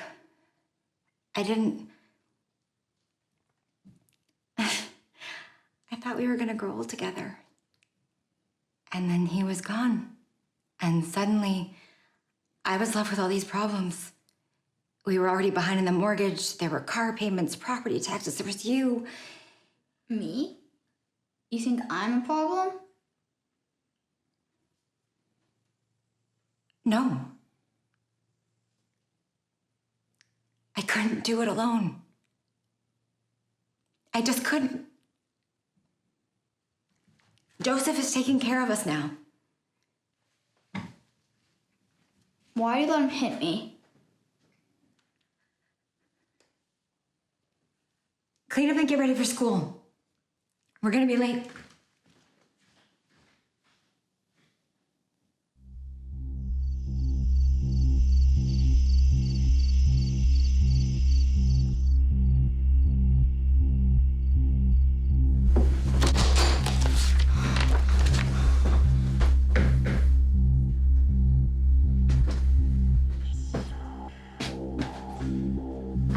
Jack, you see my pliers?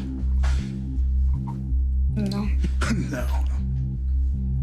Because if I found out you went in my toolbox and took them without asking me... Leave him be, Joe. Excuse me? Excuse me! Heel.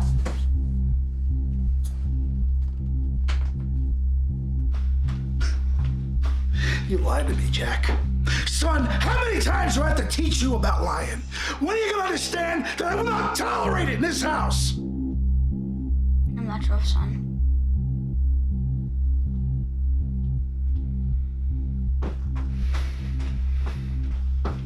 Is dinner ready yet, Carol?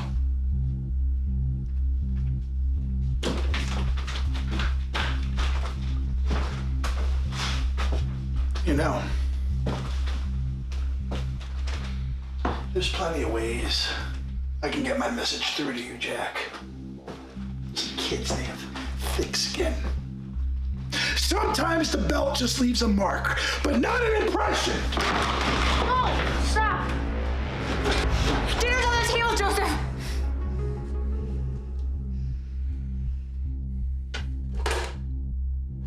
No dinner for you tonight, kid. Touch my tools again, and I'll be sure to leave another impression on you, or at the very least, a mark.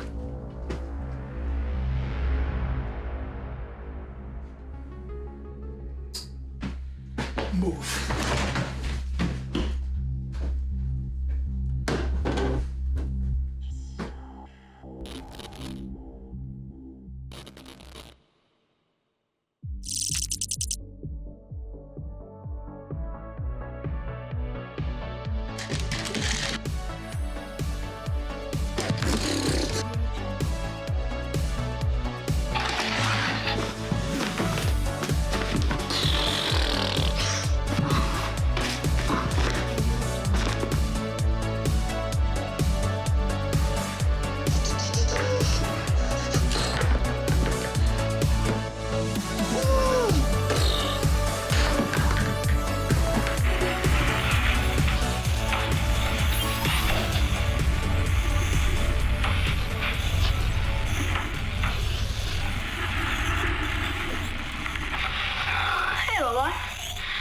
How you feeling today?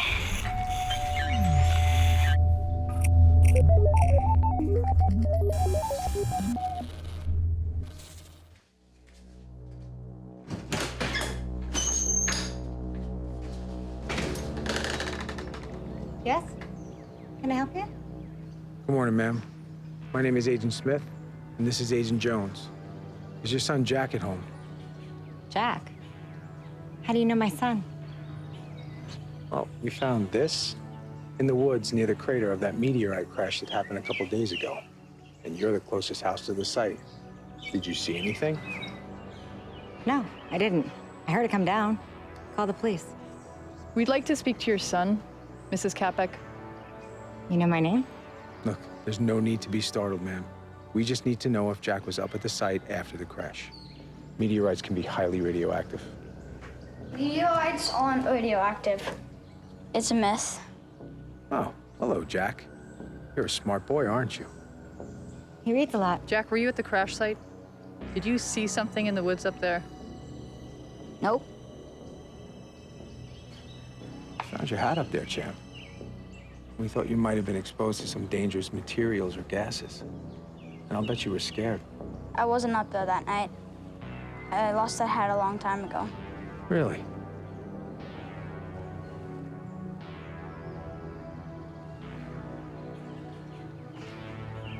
Okay. Well, here's my card in case. You know, just in case.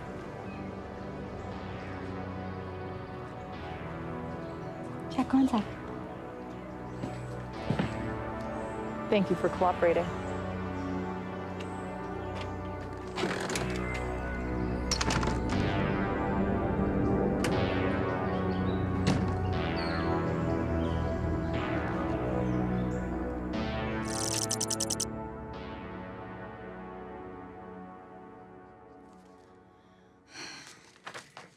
Where'd you come from, robot? Far away, I bet. I wish I could go there. I wish I could live there.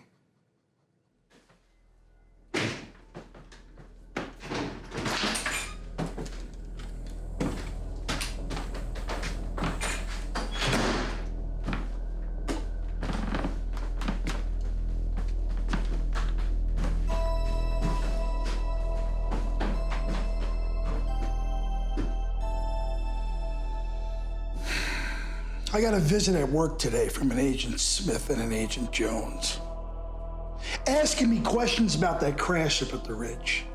Apparently, looking for witnesses. Really? Oh, yeah. Huh. I bet they were here earlier today, too.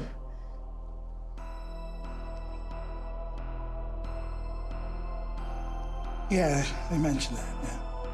They mentioned they met Jack, too. They found his hat. His hat? Found it where, Carol? On the Ridge.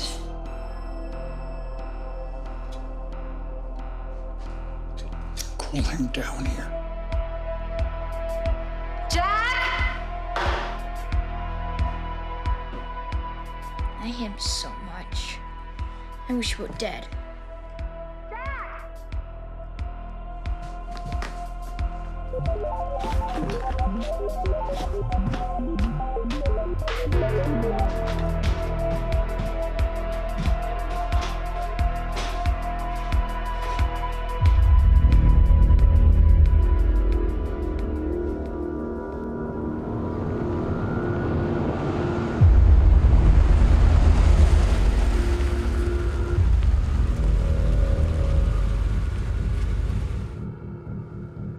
You know, that boy knows something he's not telling us.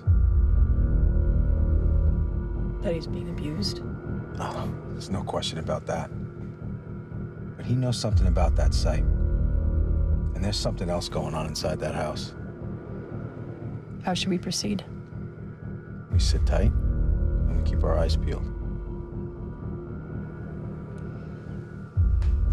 They asked me about the bruises on his arms, Carol. What the hell did you tell them? I didn't tell them anything.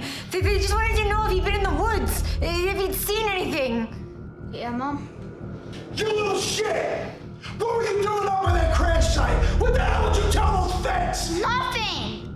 Nothing? I will whip your little ass, Jack! I'm not lying!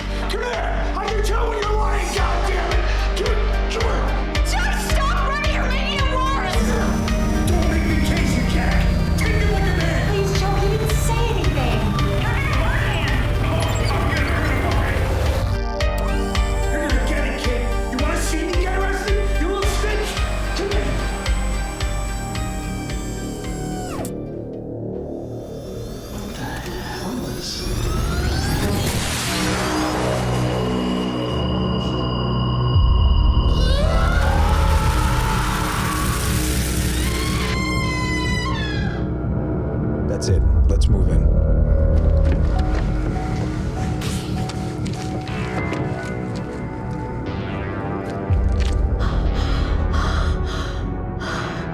Jesus Christ, Jack! Is that your toy? He killed Joseph!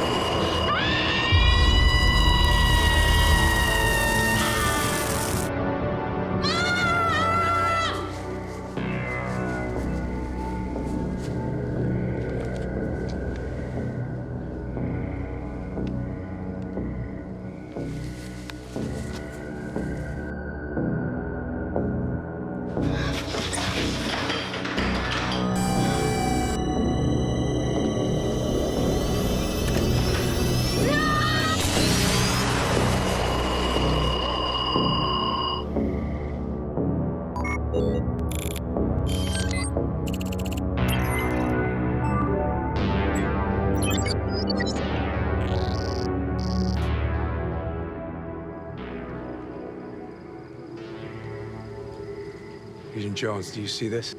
Yes, sir. Call it in.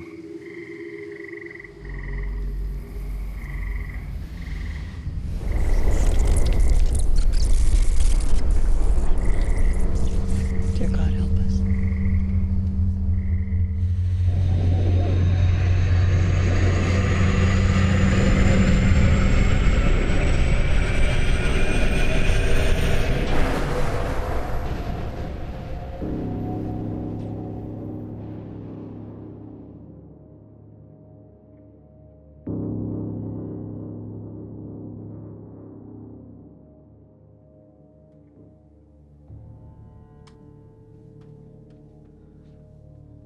Jack?